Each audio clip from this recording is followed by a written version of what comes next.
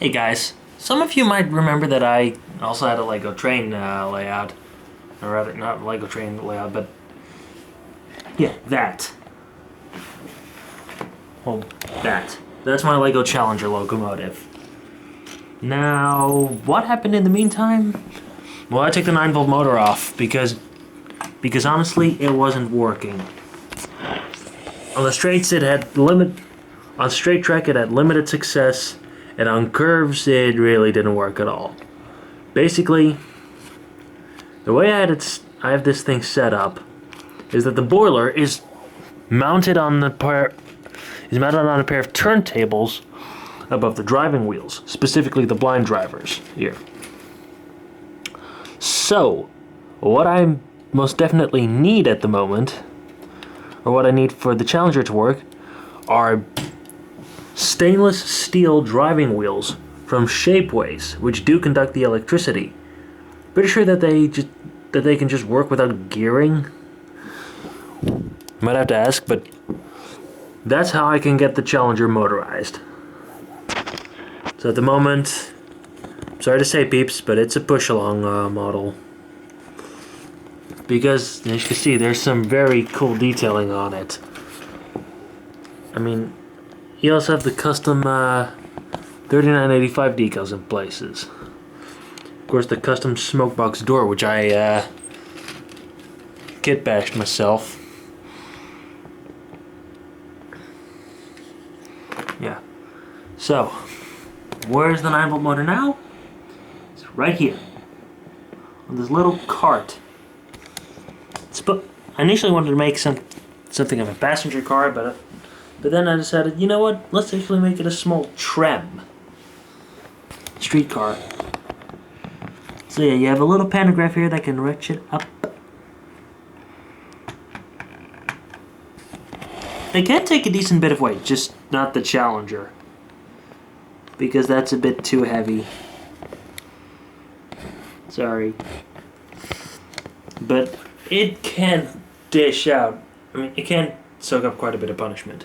So, I also I removed the connector peg here, which is what led to part of the downfall. So yeah, there would be a peg there, but I cut that off.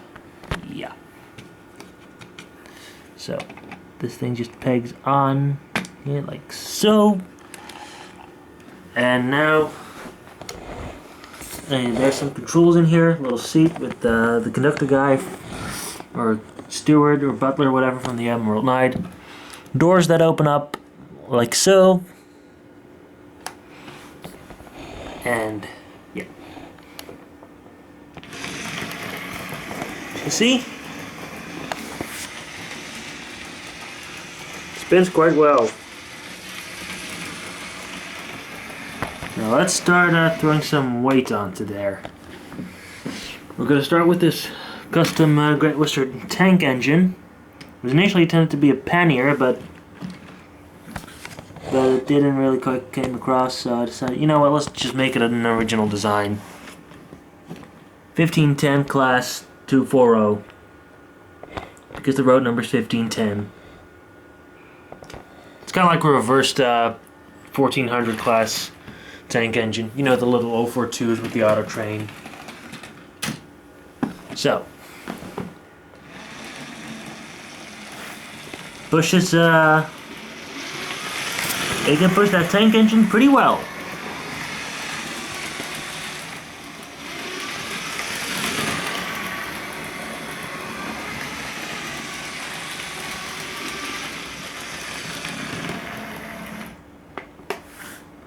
Now, we'll throw in this little flat car, which has a small Lego pullback sports car on it.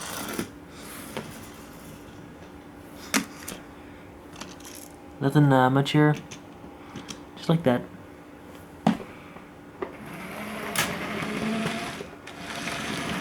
Can take that easily. So now it's pulling and pushing. It's pushing the tank engine and it's pulling that cart. Now we're going to make it a little bit heavier. We're throwing this Union Pacific gas turbine in the mix. It's supposed to be a gas turbine, but at this point it just looks like a big diesel with a small car behind it. But that second car is supposed to be a fuel tender. So that's going well. That's a good amount of muscling. Slow it down. And then for it to make it even sillier as all heck, the tender from 3985 from a Challenger.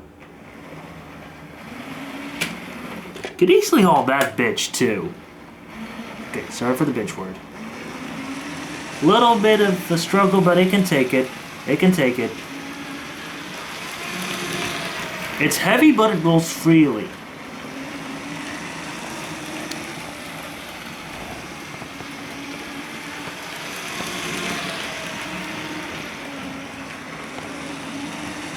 So yeah, there is that.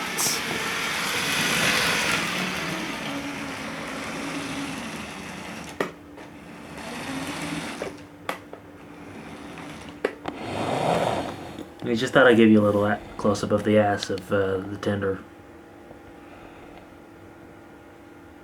So yeah, I think next video is going to be a little review of that tank engine I made. That's all.